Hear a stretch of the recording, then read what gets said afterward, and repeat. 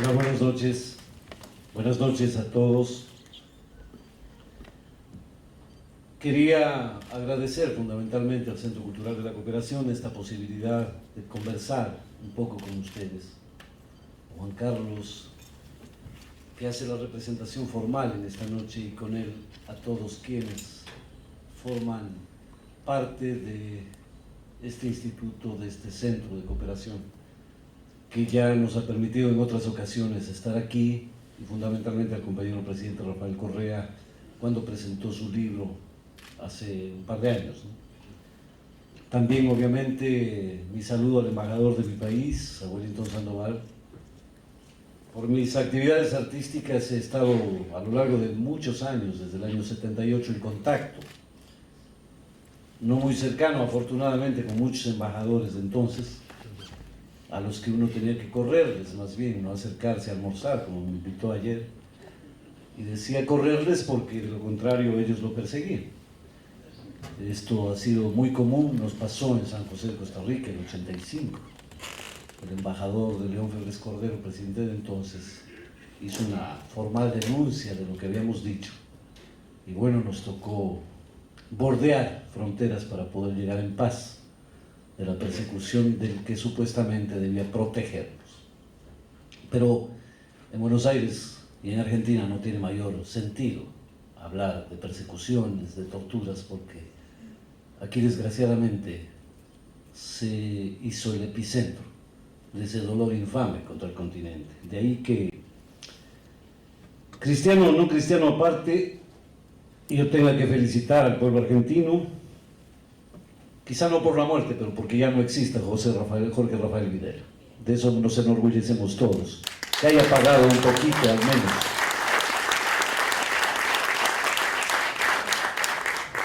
Hoy Pedro Brigel me decía, ¿y cómo va el partido? Yo pensé que se refería al del viernes que jugamos con el Perú y Argentina con Colombia. Y recordé entonces aquello que Maradona nos contaba alguna vez, que con motivo de ese Mundial 78, Ubaldo Matildo Fillol, el legendario arquero, se dio el lujo de no darle la mano al almirante Lacoste cuando fue a saludar a la selección. Creo que desde allí esos guantes se convirtieron verdaderamente en un símbolo y un emblema, al punto que pudo ser campeón del mundo. Y al respecto a este partido del viernes les deseamos suerte y ayúdennos ganándole a Colombia también. Nosotros trataremos de hacer lo propio con el Perú, y ahí sí, ambos adentro, un abrazo entrañable para el siguiente martes. Quisiera hacer, a la manera de Vittorio de Sica, muy rápidamente un ayer, hoy y mañana, como él planteaba en la historia de las romanas, basada en, tengo entendido, en textos de Alberto Moravia. ¿Qué pasaba ayer? ¿De dónde venimos? ¿Por qué este presente? En 1830, el Ecuador nace con un nombre tan extraño: nacer en la mitad del mundo.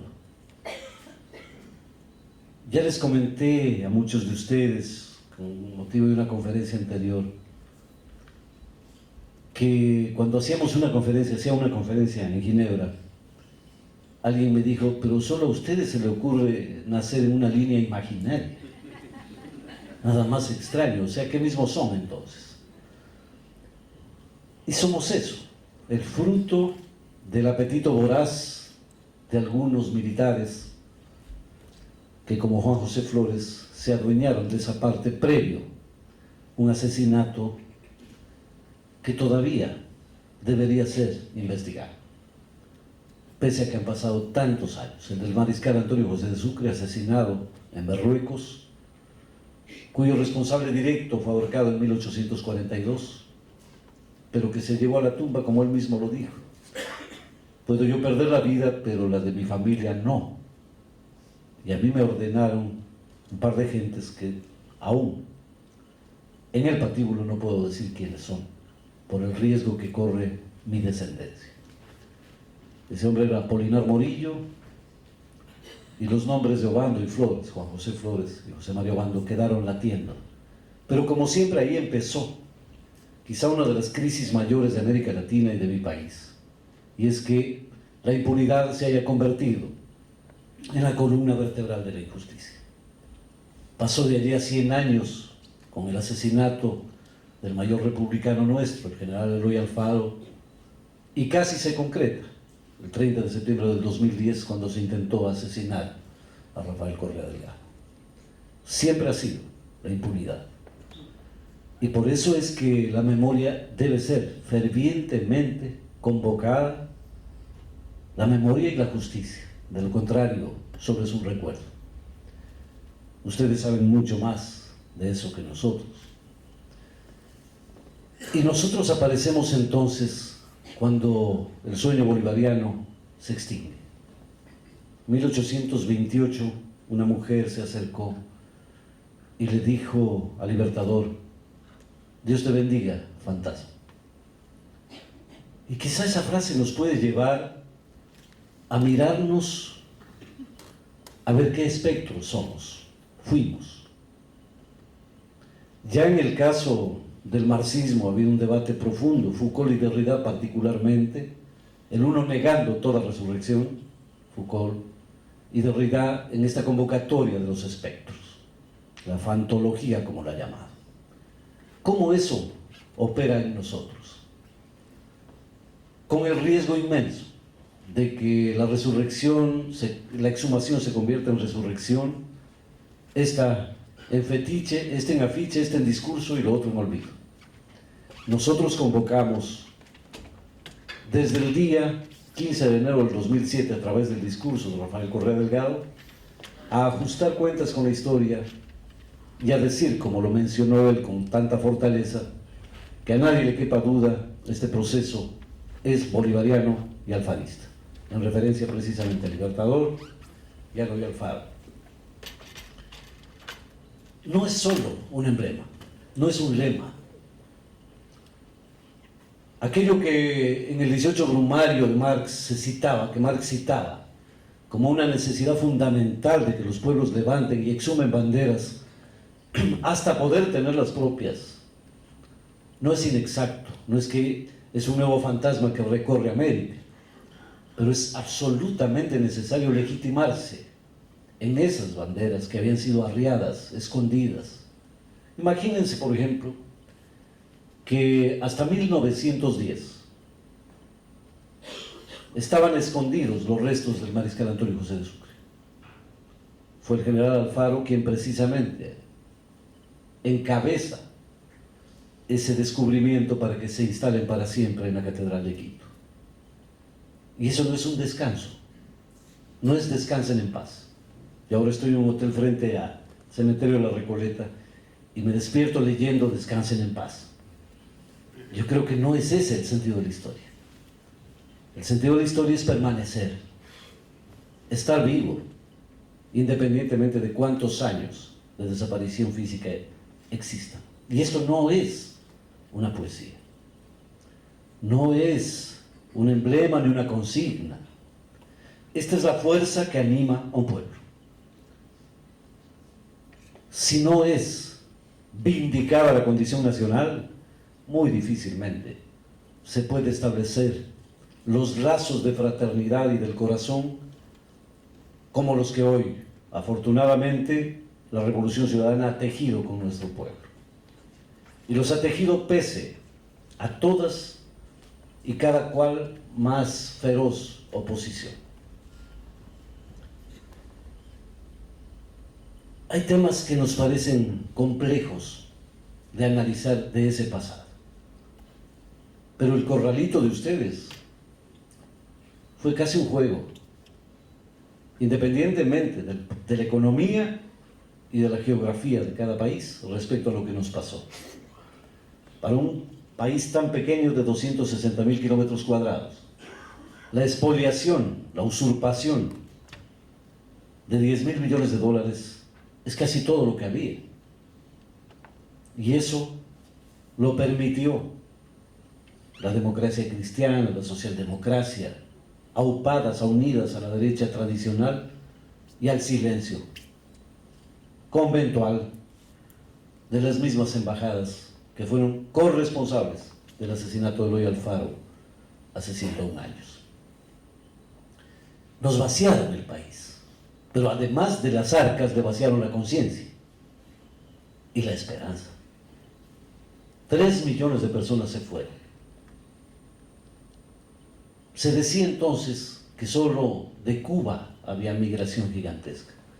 Y a propósito de la presentación que hacía Juan Carlos, quizás solamente, a mi modo de ver, un elemento determinante.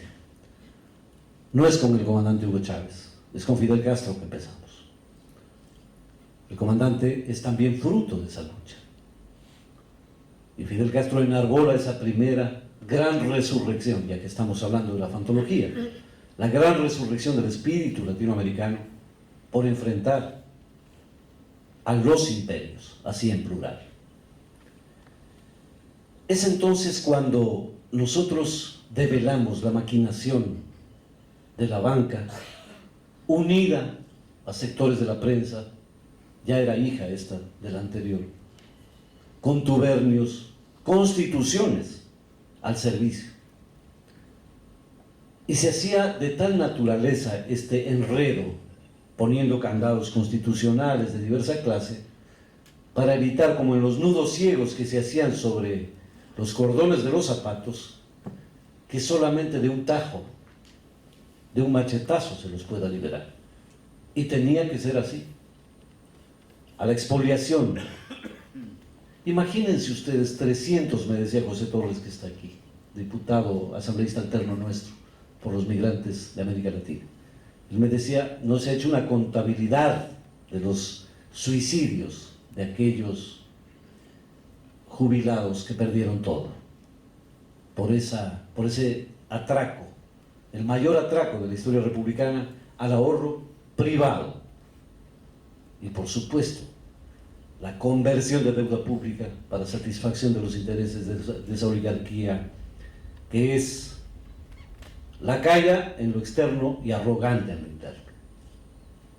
Nos vaciaron la esperanza, nos vaciaron las posibilidades de tener cívicamente, para llamarlo a la antigua, elecciones. Pero teníamos que resucitar y la fantología tenía que ayudarnos, y recuperamos a Bolívar en el mensaje. ¿Y a cuál Bolívar? Recuperamos al Bolívar que decía: esta guerra ha terminado, pero la que viene será más grave. Escrito en 1829. Los anglosajones son mucho más duros, porque nos quieren convertir ya no en siervos, sino en consumidores. Es más grave. Tenía tanta razón el Libertador como entre tantas cosas. Y teníamos que recuperar esa imagen. La imagen que Cuba recuperó de Martí, teníamos que recuperar a los pueblos bolivarianos. Y por eso levantamos esa bandera de Bolívar y levantamos la bandera de Eloy Alfaro. Y con ellos, obviamente, a todos las grandes mujeres y hombres que lucharon. Ellos lucharon por la patria, nos decía Cholov. Era así, los que lucharon por la patria. Resulta, por ejemplo, que Juan Galo Lavalle, que peleó en Riobamba, que peleó en Ayacucho, estuvo en Pichincha. Esa era la maravilla de entonces. Importábamos combatientes. Después, imagínense lo que sucedió. Ustedes nos mandaron a Domingo Cavallo y nosotros a Jaime Durán, el asesor de Macri. De puro revanchismo. De revancha, creo, sí. Ni uno ni otro debía ir, ni el uno a Argentina ni el otro a Ecuador, sino ambos al diablo. Pero de Lavalle, así fue la debacle, cómo fuimos bajando, hasta llegar a esto. Ese pueblo expoliado encontró entonces una razón. Luchas de muchísimos años, del Partido Comunista del Ecuador, del Partido Socialista, del movimiento anarquista, de los verdaderos alfaristas en búsqueda de esa resurrección, se volvieron a encontrar. Un gran poeta que ahora es embajador en Irán, imagínense lo que ha cambiado. Antes ni pagando había como ir.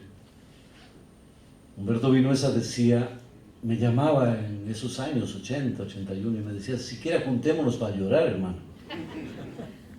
O sea, tan desunidos. Pero afortunadamente aquellas posiciones rebeldes, insurgentes, patrióticas se fueron uniendo. Y había que buscar quién nos convoque. Porque de todos modos, latinoamericanos como somos, también nos acostumbramos a que alguien nos llame. Y no necesariamente a todos poner los dados, a ver cómo encaminamos una lucha común. Aquí está mi querido Pablo Sevi, compañero mío de tantas luchas, tantos años. Y creamos Liberación Nacional, y creamos el Frente Amplio de Izquierda, siempre a la búsqueda de una respuesta, de una gran convocatoria que alguien haga. Pero así se fue degradando también ese combate, porque cada usurpador llegaba, mentía, ganaba y traicionaba. Yo creo que nos fuimos acostumbrando a ser usados, a prostitución política maquiavélica. Bueno, no habría que ofender a Maquiavel, pero era así. Y en esto de las resurrecciones y de las banderas que tienen que ser exhumadas, como les decía, de esa primera parte del 18 Brumario, fuimos encontrando elementos similares, como lo había hecho la Revolución Bolivariana en Venezuela, como lo había hecho ya el Frente Sandinista en Nicaragua. Enarbolamos nosotros a Bolívar y a FARC. Pero ahora que he podido viajar, y siempre bajo la óptica de qué pasa con esas resurrecciones, por este debate Foucault-Derrida también, he encontrado otras expresiones. Mao, por ejemplo, en esa República Popular China gigantesca, acabo de regresar de un viaje, por eso se me ocurre contarles, tiene ese espectro, y el de Deng Xiaoping. ¿Qué significa en medio de algo que nos suena a veces incomprensible? Sin embargo, está invocado permanentemente, y en una obra de teatro a la que asistimos, obviamente no entendimos nada. Sin embargo, cuando apareció aquel personaje protagónico que hacía las veces de Mao, todo el Coliseo, como allá todo es inmenso, de 16.000 personas, se paró a aplaudir. Y obviamente eso tiene un significado en estas resurrecciones. A propósito, allí me decían que un entrevistador italiano le decía a Mao, el año 66, ¿qué habría ocurrido, usted que sabe tanta política del mundo, si en lugar de asesinar a Kennedy habrían matado a Nikita Khrushchev? Y Mao, con esa sabiduría de miles de años, le dijo, lo primero que habría ocurrido es que el señor Onassis no se habría casado con la viuda de Nikita.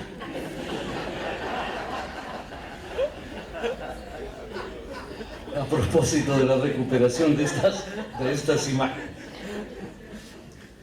De ahí venimos.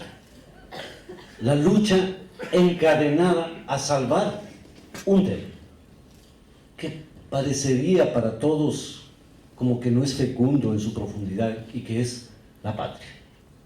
Dijimos, hay que volver a tener patria, una frase que nuestro escritor Benjamín Carrión había tomado a su vez de un escritor aragonés, Joaquín Costa. Volver a tener patria. Él escribió tras sucesos dramáticos de una guerra del año 41 con el Perú. Y retomamos esa frase de volver a tener patria para constituirnos en un referente de hacia dónde vamos. Y recuperarla era recuperar las instituciones de esa patria. Que el ejército le sirva a la patria, sin chauvinismo, sin invocaciones fascistoides. Que las instituciones, que la justicia le sirva a la justicia exclusivamente, Para eso convocamos esa nueva patria. Tuvimos afortunadamente una gran respuesta popular a finales del 2006 y desde ahí andamos pensando, creando, debatiendo, buscando no ser librescos en el peor sentido, es decir, tomar respuestas que ya venían prefabricadas. Hace 20 días con Pablo conversábamos, con Pablo Celi que me acompaña, y nos reíamos al recordar lo que nos pasaba cuando éramos felices e indocumentados. Resulta que, por ejemplo, un alto dirigente del Partido Comunista, cuando le preguntábamos, ¿y el tema agrario? Nos decía, eso está en el manual del marxismo-leninismo de Otto Kussinen, finlandés. Imagínense ustedes, encontrar una respuesta al agro, a la costa ecuatoriana en el libro de un finlandés. Y hasta ahí llegábamos, porque no había el atrevimiento de decir, vamos a crear un camino, vamos a operar sobre la marcha de la historia, a incidir en la historia, no a dejarnos manipular por ella. Y eso es exactamente lo que viene a continuación de ese triunfo del 2007. Con Rafael Correa a la cabeza, determinar que la realidad es la que opera en las demandas, no los imaginarios, por bellos o terribles que sean. Crear ese cuarto propio de Virginia Woolf en el campo, crearlo bajando del escritorio al territorio, bajando del funcionario al revolucionario, o subiendo sería en este caso, y proponiendo que esa lectura de la realidad sea la que determine cuál es nuestra razón de existir.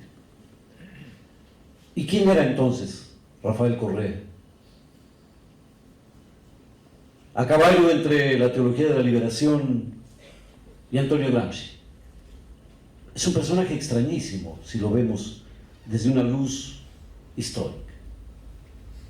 Yo revisaba un libro que se llama Odio a los indiferentes de Gramsci y nada, en ningún libro he encontrado un paralelismo tan grande como en ese. Desde su inmensa necesidad de la crítica de las costumbres, como llama Gramsci, el cambio cultural, hasta la feroz crítica a la burocracia, al mercado. Y una analogía que me parece absolutamente extraña, y es que Gramsci tiene en su cabeza un libro que quiso hacer. Y no sé si conozca esto Rafael, no he conversado con él sobre esto. Pero el libro que él quiere hacer después de su labor como presidente y compañero comandante es el mismo que Gramsci quería hacer, la defensa de Poncio Pilatos. Imagínense ustedes, hasta en eso. Entonces yo me pongo a pensar, a ver, ¿quién es Rafael Correa? ¿Qué podría salir de híbrido entre Paulo VI y Antonio Gramsci? Rafael Correa.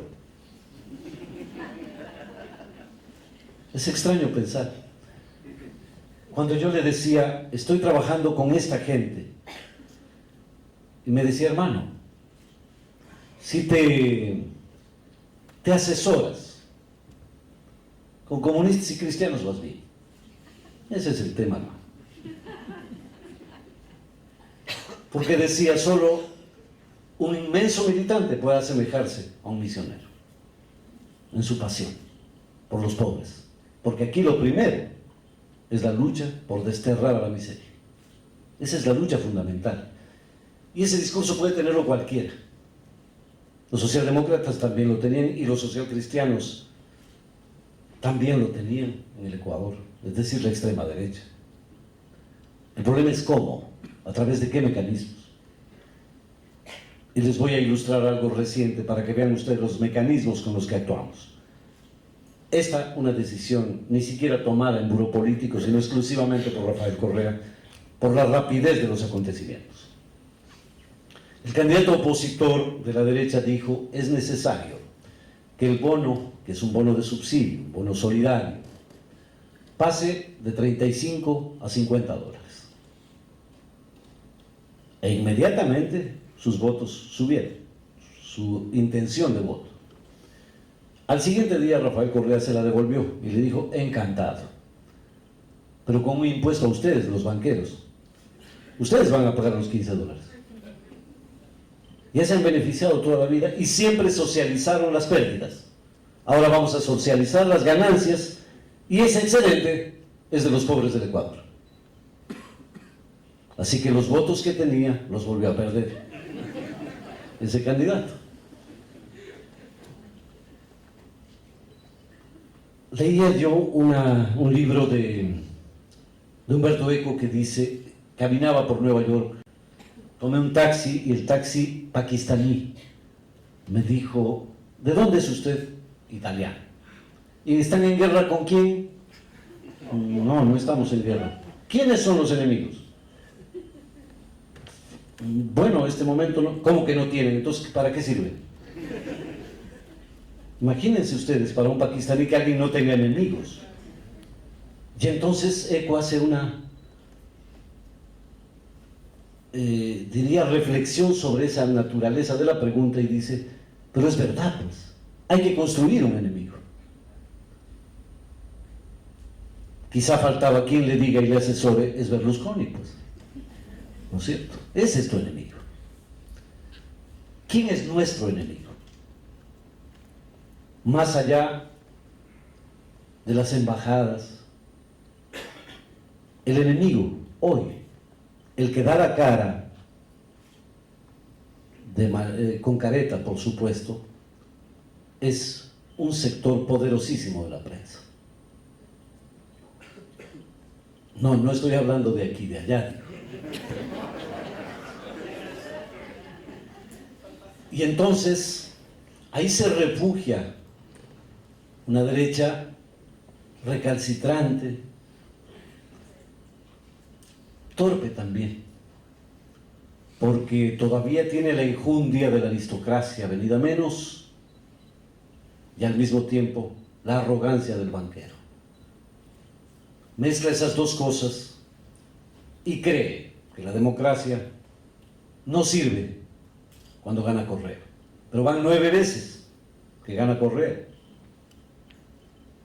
Y entonces, ahora la tesis nueva, neoconservadurismo de por medio, es que el problema fundamental es que hay una dictadura del voto. Y se golpean a sí mismos porque dicen, es que no es posible que tengan tanto carisma, pues. Algo pasa aquí, el pueblo torpe. Y la segunda intención es ofender a ese pueblo. Porque sigue a este tipo, bastardo al final. Bastardo porque se graduó en Illinois y después en Lovaina, aprende tanto y viene y nos saca la madre, como dicen ellos. Al punto que un amigo me dice, los escuché conversar en un café a 2 de esos conspicuos representantes de la antigua partidocracia y de las grandes petroleras. Y el uno le decía al otro, mira hermano, el problema es que no hay con quién hablar. No hay con quién hablar. Y qué fortuna que sea así. Porque esos petroleros, y ahí estamos ya en el hoy, en el presente, miraron estupefactos la decisión del gobierno. Se llevaban $83 por barril de petróleo, de cada $100. 83. Pero además, crearon el fondo necesario de que todo excedente de petróleo no era prohibido, con candado constitucional para invertir en educación, salud, o vialidad, o vivienda. No, exclusivamente todo excedente para pagar la deuda, de las cuales los tenedores eran los ministros de finanzas, varios de ellos. También me parece ejercicio parecido al de otros países. La primera decisión de Rafael Correa entonces fue, de acuerdo, para empezar a conversar, vamos a invertir. Y va a ser $99 para el Estado y 1 para las transnacionales. De allí empecemos a conversar. Hoy hemos quedado en 83.17, pero al revés. Hoy son $83 de cada barril, de cada $100 del barril de petróleo para el pueblo ecuatoriano. A tal punto que En 6 años se ha logrado que la columna vertebral del Ecuador, la vialidad, se ha transformado absolutamente. Y cuando alguien preguntó a Rafael, recuerdo en la campaña, ¿de dónde sacas la plata? Rafael dijo, de lo que antes te robabas.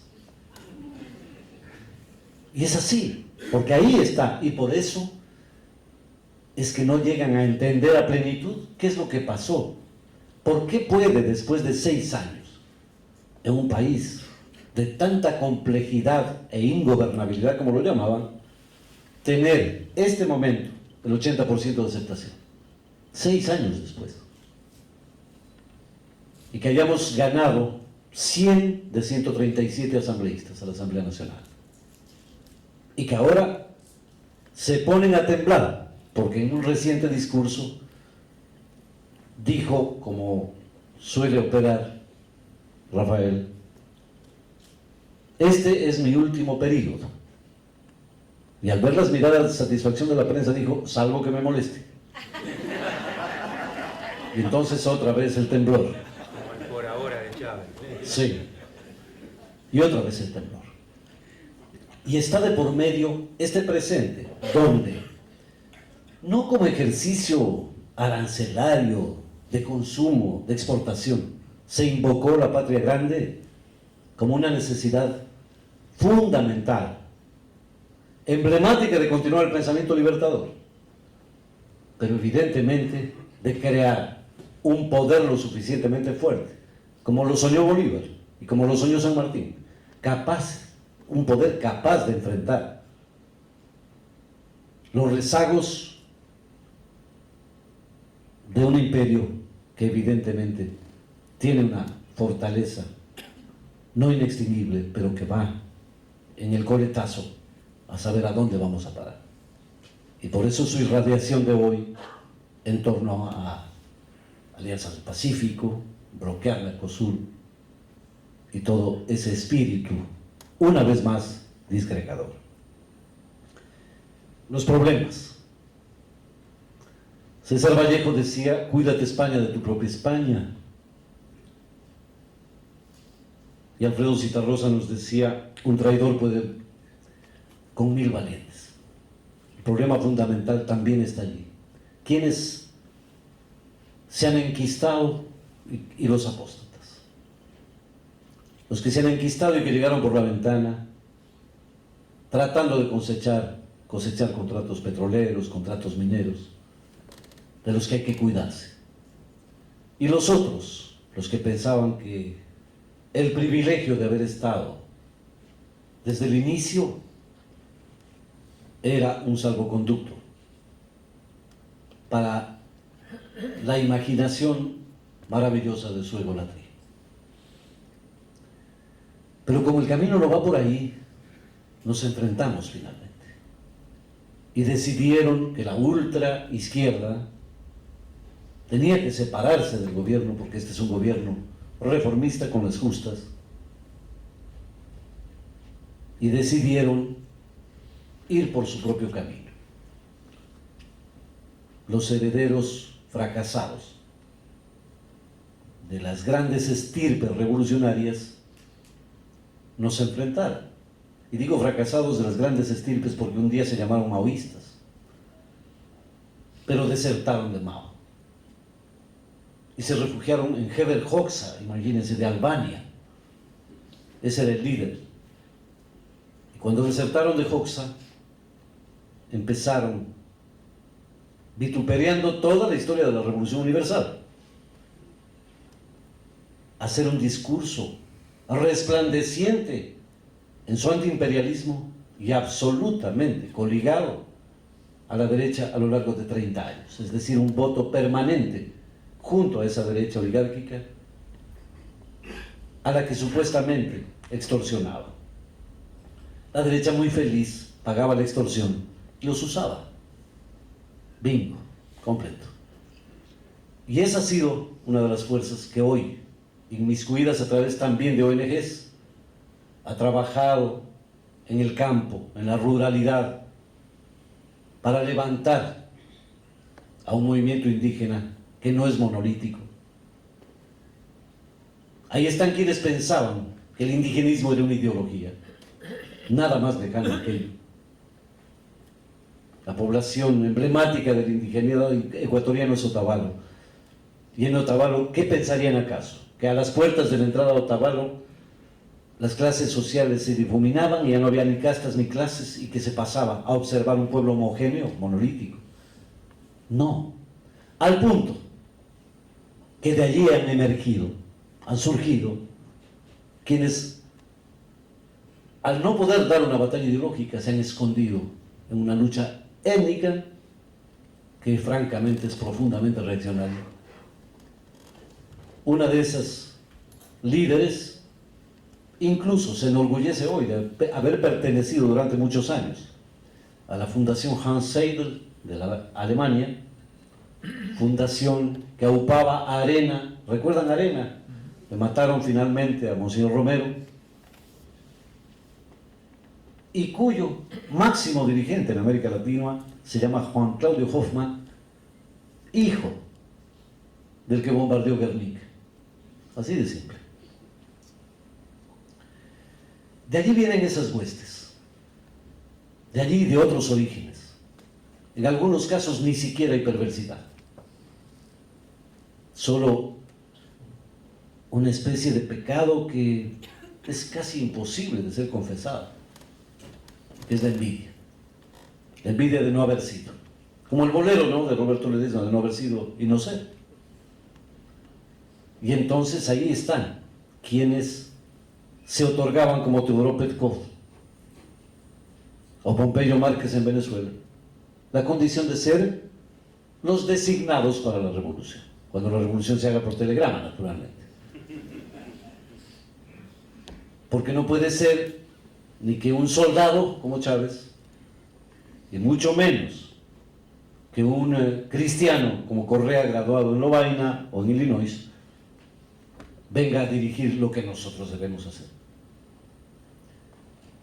Esa canallesca psicología de la envidia aflora en otras instancias.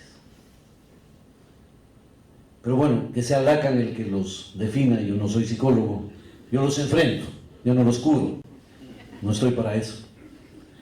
Y al enfrentarlos podemos demostrar, con la frialdad de los números y la alegría de la batalla, que este inmenso triunfo reciente de febrero determina que este futuro, como lo ha planteado el propio Rafael Correa, sea de una transformación radical para que no haya condiciones de volverse irreversible, que las conquistas de los trabajadores, de los indígenas, de esta lucha contra la pobreza, 16 puntos en el campo hemos bajado la pobreza, 10 puntos en las ciudades, en condiciones como vemos la economía del mundo, el desempleo en España, el desempleo en los Estados Unidos, y cómo a contracorriente hemos logrado hacer, precisamente con medidas contracíclicas, todo lo contrario.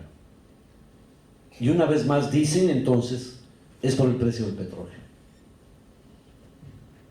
Y no tienen la razón, porque el precio del petróleo era el mismo, haciendo un parangón, cuando las transnacionales se llevaban el 83%.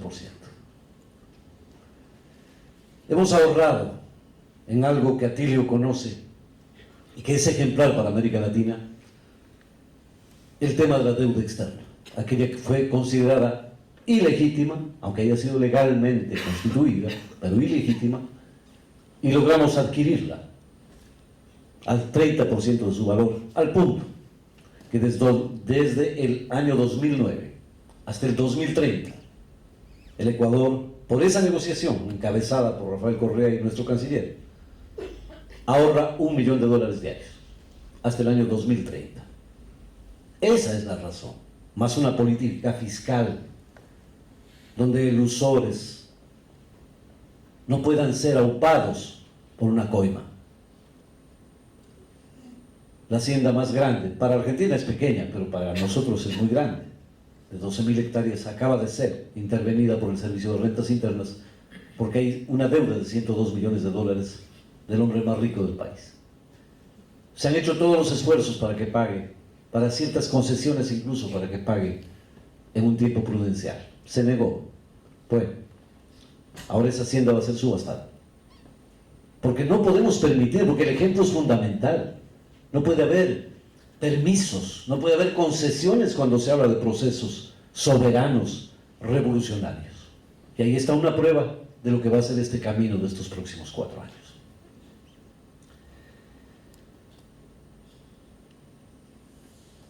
Decía yo del problema de quienes también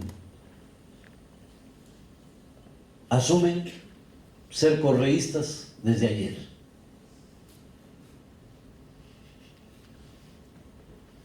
Yo recuerdo, Lutero era el que decía, yo sostengo esto, pero también puedo sostener otra cosa. Y entonces, ahí está otro de los problemas que tenemos que advertir hoy. ¿Quiénes son? ¿Cómo develarlos? Porque ahí vienen los síntomas profundos de corrupción. Entran para eso. Aquel que es castigado y sigue es que está robando. No hay nada que hacer. O sea, aquel que el presidente le dice de todo en un fin de semana y que es subsecretario de algo y agacha la cabeza, no es por revolucionario o sumiso, es por ladrón.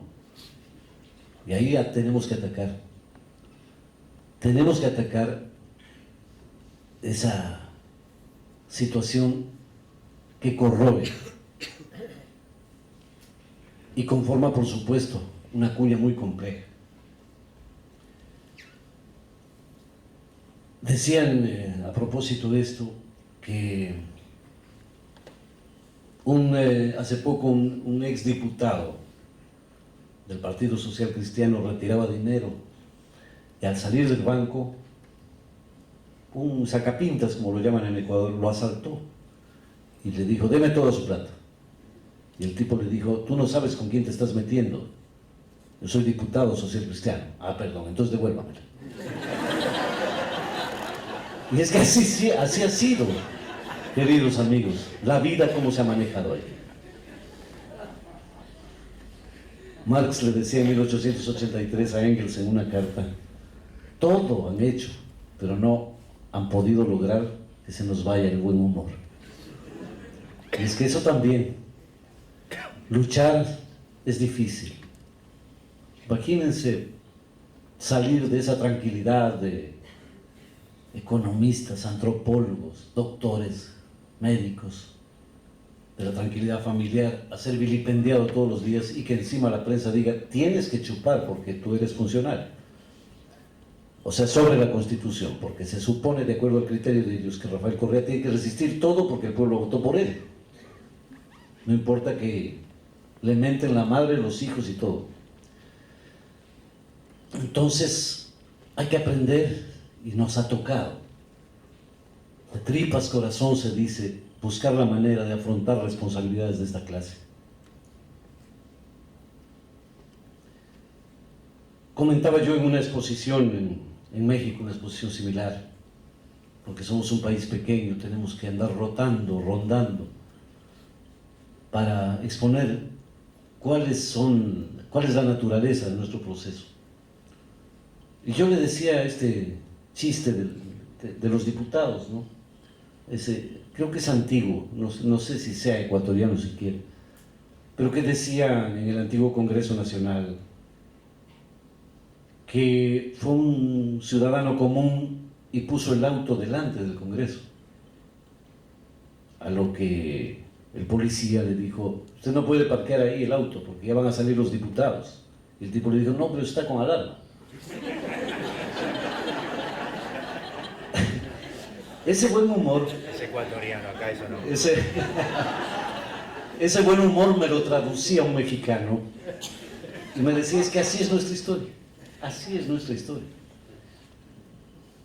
Y me decía, imagínate, Carlos Salinas de Gortari, aquel jefe de la banda,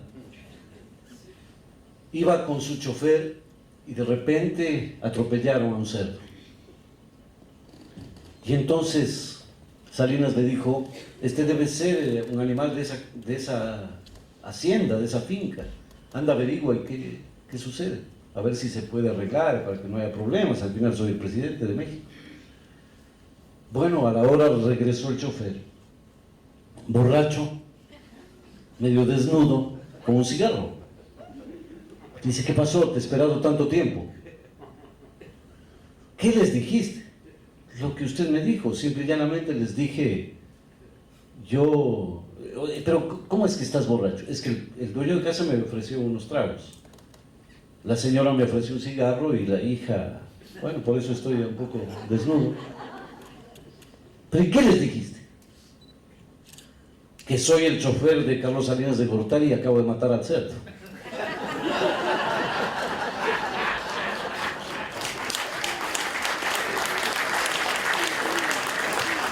América Latina tiene eso, ¿no? Quizás logró sobrevivir por esto, ser capaz en el dolor de convertirlo, transformarlo, reírse de uno mismo, no perder la esperanza. Y yo creo que ahí está el fondo de lo que nos viene. La radicalización de este proceso tiene que ver con esa mayoría de asamblea, aprobación de leyes fundamentales como la ley de recursos hídricos, como la ley de tierras, como continuar con la CELAC, con UNASUR. Tuvimos ya el privilegio de que Néstor Kirchner sea el primer secretario. Ojalá podamos continuar y poder poner los puntos sobre las IES y extraer el pus de cada sitio. Hoy tenemos la avalancha de la Sociedad Interamericana de Prensa. El presidente es ecuatoriano. Antes eso era motivo de orgullo. Hoy tenemos que denunciarlo. Esa Sociedad Interamericana de Prensa tiene su sede en Miami, como le decía algún compañero hace un momento. El nombre del edificio de la Sociedad Interamericana de Prensa lleva el nombre de Jules Dubois, agente de la CIA, muerto en un hotel de Bogotá en 1966, después de que el doctor Velasco Ibarra en Ecuador lo expulsara del país. Muerto como todo agente en esas condiciones en que no se sabe qué sucedió. Pero ese encabeza, ahí está, el frontispicio del edificio de la Sociedad Interamericana de Prensa. Y después nos acusan a nosotros de violar la libertad de expresión. Ahí está una fuente de combate de todos los días. En el uso del indigenismo está otro nivel de combate. ONGs de toda naturaleza, pasando dinero, como ya lo declararon que iban a hacer en Siria. Si nada resulta, hay que armar a las ONGs, dijeron. Son los mismos. Ahí está otro frente que tenemos. La opción de América Latina es la que nos puede ayudar no a sobrevivir, a profundizar. El 30 de septiembre, cuando se intentó matar a Rafael Correa, ese magnicidio fue impedido por el pueblo ecuatoriano y por los presidentes reunidos aquí. No importa que cada uno lo haya hecho hoy por ti, mañana por mí, no importa. Pero esa defensa de la democracia sirvió creando un precedente fundamental. Y la lucha de los pueblos, por primera vez en salir a la calle, morir incluso, como los que murieron. No para votar a un presidente, no para sacarlo del poder, sino para defenderlo, para defender esas conquistas. Es lo que hoy nosotros como Alianza País tratamos, no de aprovechar porque sería perverso, sino de organizar. Vladimir Ilich Lenin decía, la revolución no se hace, se organiza. Y esa es nuestra tarea. Organizar el sentido de la lealtad. A diferencia de lo que, perdón que se me ocurran citas ahora, a diferencia de lo que decía Bernard Shaw, George Bernard Shaw decía desde su condición de socialista vegetariano, decía, administrar el poder es organizar la idolatría. Se refería obviamente a los reyes. Y a propósito de reyes, y quizás cerrando ya, el día 24 de mayo, el presidente Rafael Correa, en su intervención, algunos de ustedes quizá la escucharon, fue muy claro en dos mandatos. El uno, el de la América Latina Unida. No sé cómo le habrá sentado, pero vi los ojos, yo estaba a 3 metros, del embajador del Reino Unido, cuando regresó a ver Correa y dijo: las Malvinas son argentinas.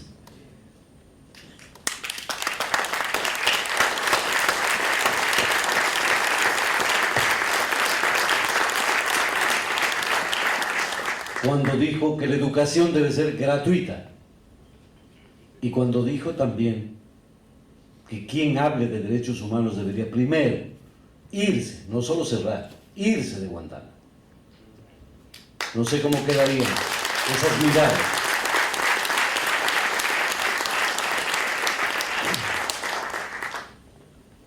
¿Qué une a la gente? La esperanza. Cuando ve que no hay frustración, que no hay fracasos, que no deposita su fe en alguien que traiciona. Yo decía hace poco que las únicas veces en que me he abrazado con desconocidos en la calle es cuando o hay terremoto o gana la selección. Ahora hay una razón más para abrazarse, una comunidad de defensa de intereses populares para generar, ejercer el poder popular. Y el poder popular se hace con el debate, con la conversación, con el mensaje, desde la familia hasta el barrio, la parroquia. Ahí se fundamenta el que, si el 2017, para hablar de ese mañana, Rafael Correa no encabeza este proceso, por razones constitucionales, tengamos la fuerza suficiente en un gran colectivo de poder ser dignos herederos de su sacrificio y de su lucha. Él decía hace pocos días: tendré que irme y me iré ese día cantando una vez más, como le encanta cantar. Y yo le decía: ¿y qué vas a cantar? Ya has cantado a Mercedes Sosa, con Mercedes Sosa el día de la condecoración, has cantado con Carlos Mejía Godoy, con Joan Manuel Serrat, con Luis Eduardo Aute. ¿Y qué vas a cantar ese día? Dijo: tengo reservado una estrofa. Como tiene una memoria tremenda, MP3 le dicen, ahí entre... Tiene una memoria tan grande, entonces dijo: para ese día me reservo un verso. Y es repetir a viva voz aquello que escribiese Silvio Rodríguez: yo me muero como viví. Muchas gracias.